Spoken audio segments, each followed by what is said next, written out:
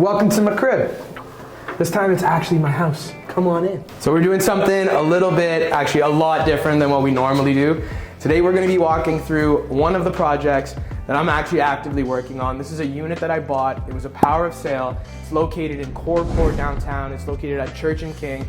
And this is a massive renovation that we're doing. In front of us, we've got a streetcar. There's a bunch of good amenities in this area, and the value that we got on this unit is incredible, and this is just one renovation that we're doing. This is actually a Cam Ross building. So it's a 17-story building by Cam Ross. I think it was built about 30 or 40 years ago. Maintenance in this building, so one thing that I look for in condos, it's under $1 a square foot, and it includes all utilities, parking, and locker, which is really, really, really cheap. This entire area, it's gutted, it's ready to go. There's so many layers to this project. Plumbing, electrical, interior design. I can't even get into the amount of layers, like kitchen, bath, and then you've got to go and integrate it with furnishing.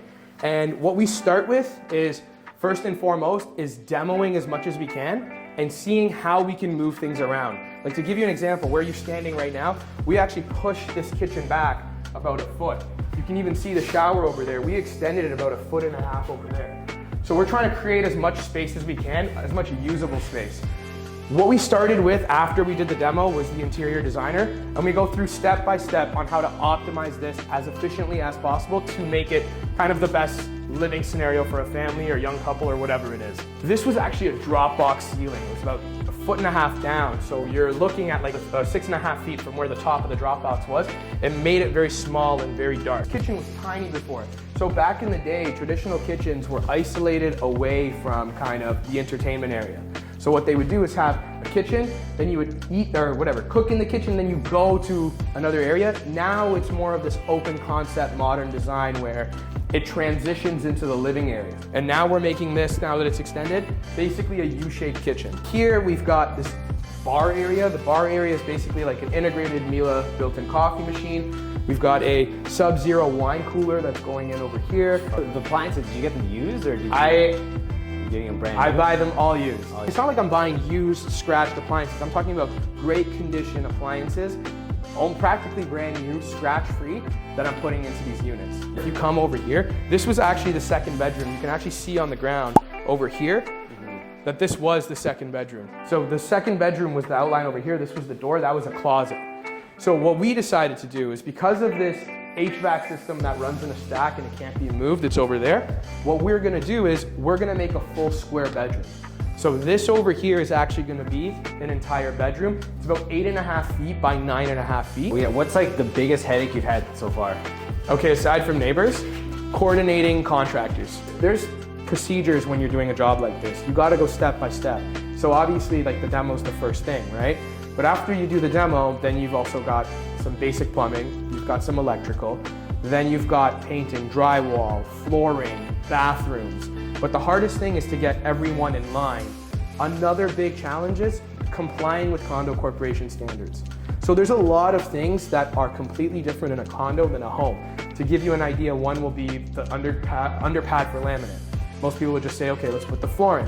There has to be, for example, a certain pad for a condo corporation. There's something called an STC rating. That's a rating of how much sound is transmitting from basically the top of the floor down with the pad. And it has to meet a certain standard. So things that you don't think of, like even the electrical wiring is completely different in a condo.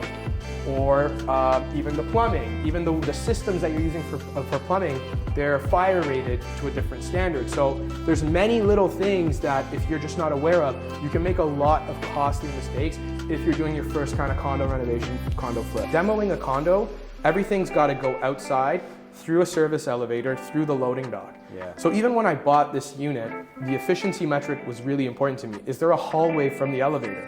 We're actually next to the elevator. Most people may not like that. It makes it very easy. I've never heard the elevator once. If you actually look down here, that's the loading dock. The elevator is right next to our unit. We're in and out.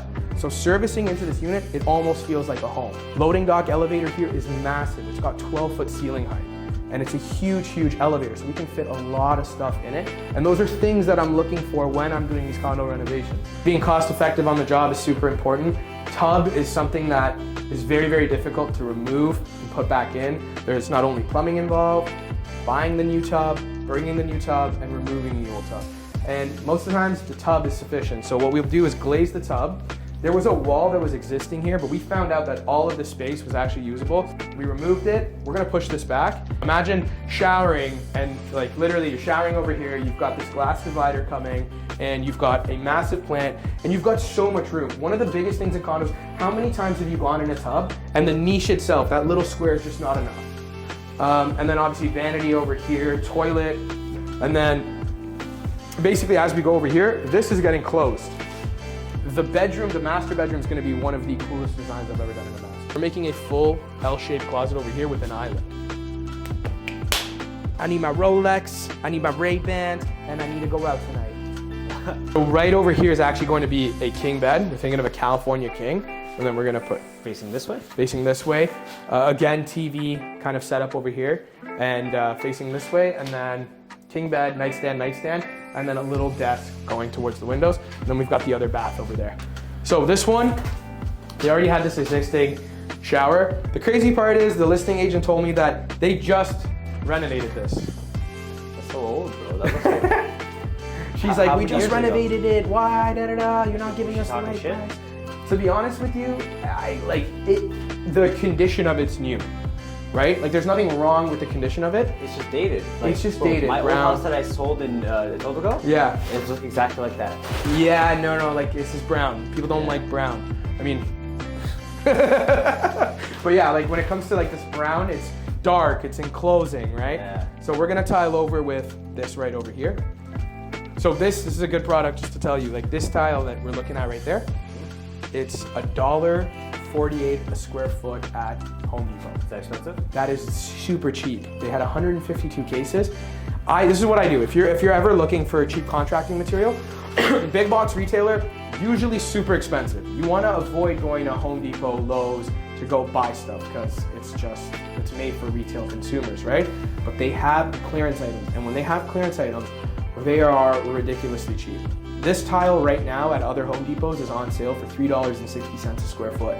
And they had it for $1.48, almost $2 cheaper than what they had at the other Home Depot, and it was a clearance item completely. Whenever I go, I check the clearance section.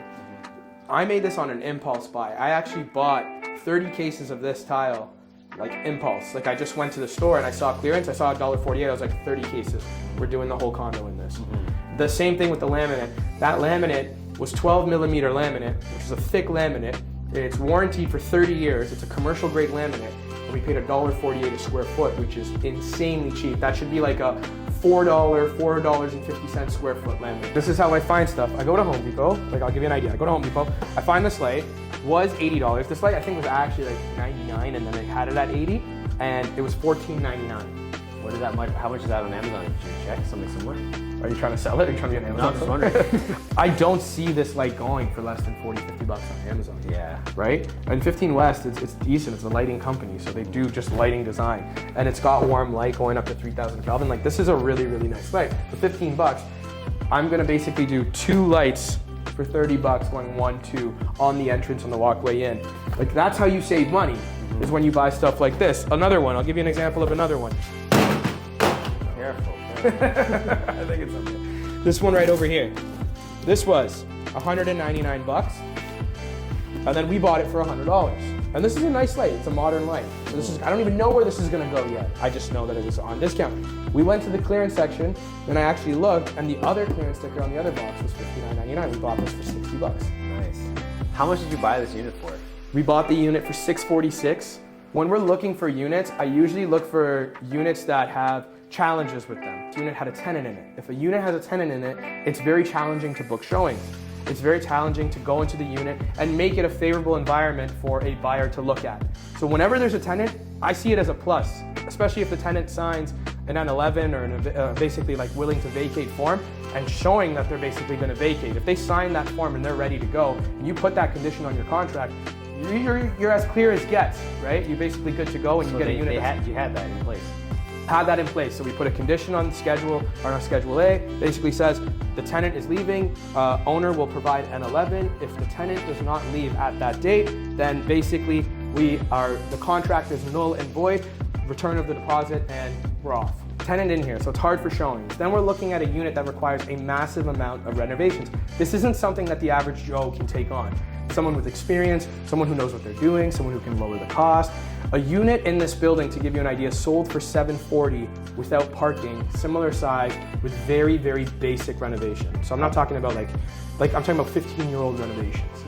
So if that's selling for $740 and we're paying $646 with parking, parking in this area goes for 60, 70K. We're at Yonge and King, right? 60, 70K is low. Like I think it should go for $70,000, $80,000 in this area. Holy f***, it's tough. I hate this part.